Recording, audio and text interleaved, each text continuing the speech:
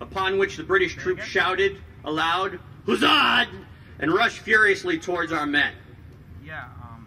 About the same time, 3 British officers advanced on horseback in front of the body. Pitcairn, I believe, was in charge of that.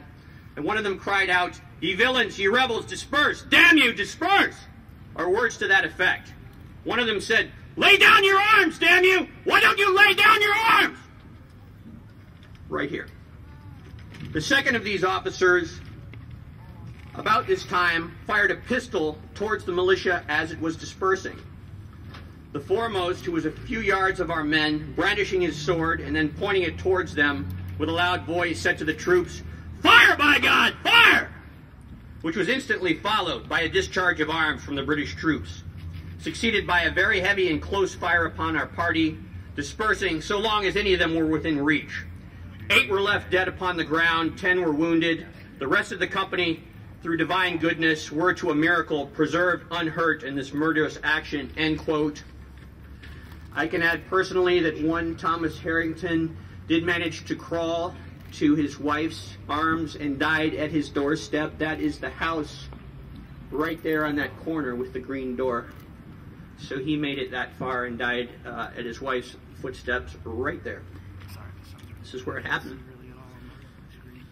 Back to Dr. Viera. We learn from this account, pursuant to orders, Lexington's militiamen were in fact dispersing when the British opened fire on them. Dispersing, but not laying down their arms. They knew that by themselves alone, they could not effectively resist the overwhelming force the British had amassed against them in the field. Nevertheless, they refused to surrender their legal and moral authority. And later, they, along with militiamen from Concord and other towns throughout the surrounding area, combined that authority with sufficient force and drove the British back into Boston. You're here.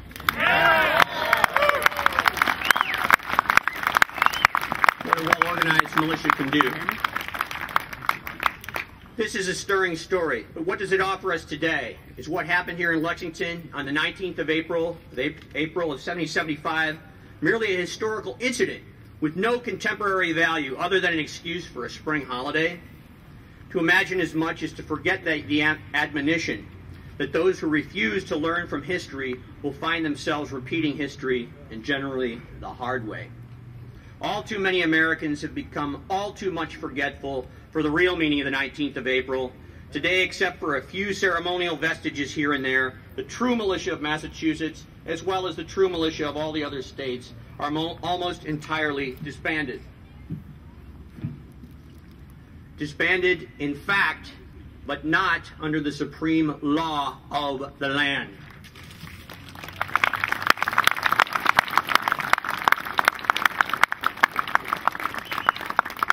Edmund's book again, Constitutional Homeland Security. This is all the Homeland Security we need right here.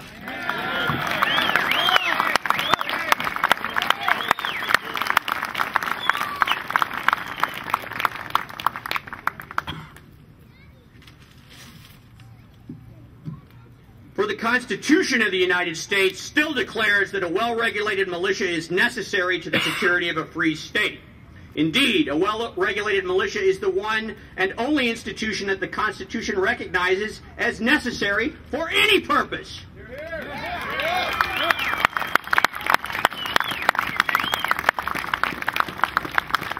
The Constitution still incorporates the militia of the several states according to the principles under which they existed in 1788 into its federal structure.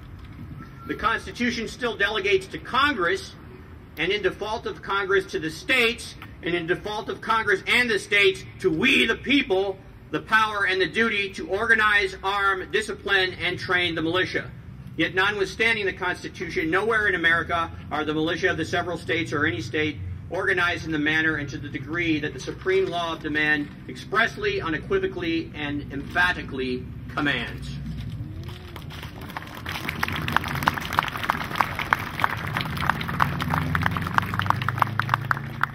This is not because our country faces no grave dangers against which the militia are the first and the best, and perhaps in the final analysis the only means to provide true homeland security. To the contrary, Today, more than ever before in America's existence, a well-regulated militia are urgently necessary to the security of a free state, everywhere throughout the United States. The militia of the several states are effectively disbanded, the Constitution flouted, and America's real homeland security imperiled. Because we the people are not doing our part. We the people are not standing forth today as the militia of Lexington stood forth in 1775 in defense of our country against all enemies, foreign and domestic. Unlike the militiamen of Lexington who mustered on this green, muskets in hand, to perform their possibly fatal duties as militiamen in the face of armed aggressors, all too many contemporary Americans refuse to acknowledge, let alone fulfill even the simplest and safest responsibilities as self-governing citizens of a free state. A free state is a state in which the people actually govern themselves. A well-regulated militia is composed of every able-bodied resident of the state from 16 to 60 years of age. The militia consists of the people, and the people control the militia. So, of course, a well-regulated militia is necessary to the security of a free state. It could not possibly be otherwise.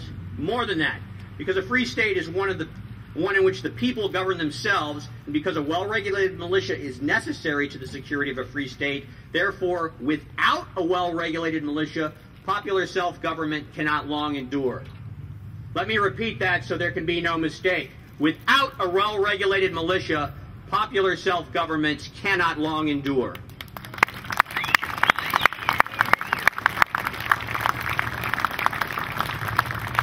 This is what the Constitution declares. This is what history teaches. This is what current events are proving. This is what all Americans will soon learn to their everlasting sorrow if they fail to follow in the footsteps of the men from Lexington.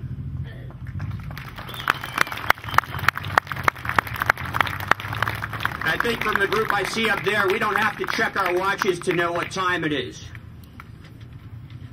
Here today, an enthusiastic throng of patriots has gathered, yet it is only a congregation, not an organization.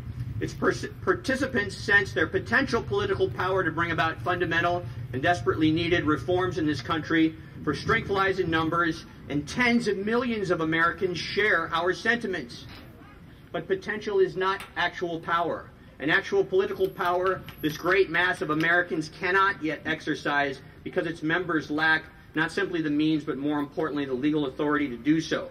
That legal authority can and must be regained by revitalizing in every one of the several states the institutions that the monument on Lexington Green recalls, rightly glorifies, and recommends to us today. Not just the solitary man and his musket, but the hundreds of thousands, even millions of men and women who should muster in the militia of the several states.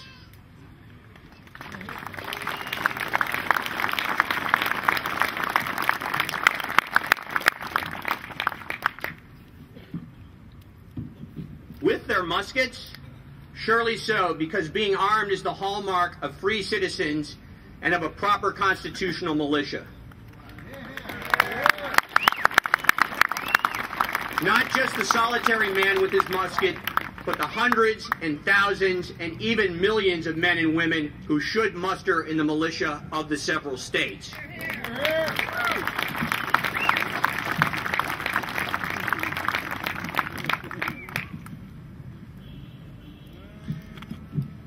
But being armed with muskets alone, or even primarily, is not the most important work. The most important work of political and economic reform in America can be undertaken without muskets. There must be fundamental monetary and banking reform before a total collapse of the Federal Reserve System plunges this country